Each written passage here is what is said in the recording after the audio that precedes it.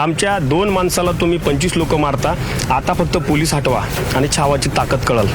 आज तटकरेच्या तोंडात मारली असती आणि सूरज चव्हाणलाही लाताखाली तुडवलं असतं। त्यांचा माज जिरवणार आम्ही छावा स्टाईल ना। मी सांगितलं ना, करारा जवाब मिलेगा। अखिल भारतीय छावा संघटनेचे प्रदेशाध्यक्ष विजयकुमार घाडगे पाटील यांना काल राष्ट्रवादी युवक काँग्रेसचे प्रदेशाध्यक्ष सूरज चव्हाण आणि त्यांच्या कार्यकर्त्यांनी मारहाण केल्यानंतर अखिल भारतीय छावा संघटनेचे कार्यकर्ते मोठ्या प्रमाणात आक्रमक झाल्याचं आपण बघत आहोत।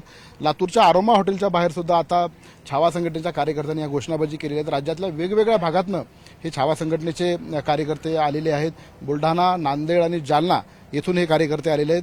दादा, तुमचं नाव सांगा, तुम्ही कुठून आलेला आहात आणि काय आता तुमची भावना आहे या प्रकरणी?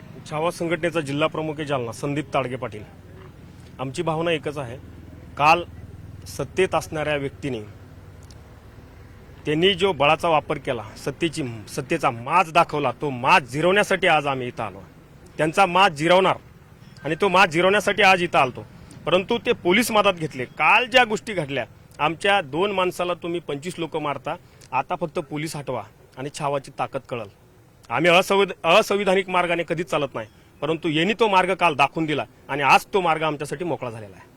आज तुम्ही आता आरोमा हॉटेलवर तिथं तटकरे साहेब थांबले होते, नेमकं काय तुमचं आंदोलन होणार? आज तटकरेच्या तोंडात मारली असती आणि सूरज चव्हाणलाही लाताखाली तुडवलं असतं। पोलीस हटवायला पाहिजे होते, मग छावाचा हिसका कळाला असता। आम्ही छावा स्टाईल ना। मी सांगितलं ना, करारा जवाब मिलेगा। कालच जेव्हा आम्हाला ही बातमी कळाली तेव्हाच आम्ही लातूरमध्ये आलो, हॉस्पिटलला गेलो आणि सकाळ व्हायची वाट बघू लागलो। रात्रीच आम्ही येऊन गेलो, पण पोलिसांनी आम्हाला वापस पाठवलं। तर आता आम्ही इथंच थांबलो होतो। त्यांना झोडपायला चालतो, पण पोलीसवाल्याने आम्हाला पहिलंच अडवलं। असं नसतं 100% सूरज चव्हाण महाराष्ट्रात कुठे असो, कुठेही फिरो, त्याला छावा संघटना फिरू देणार नाही।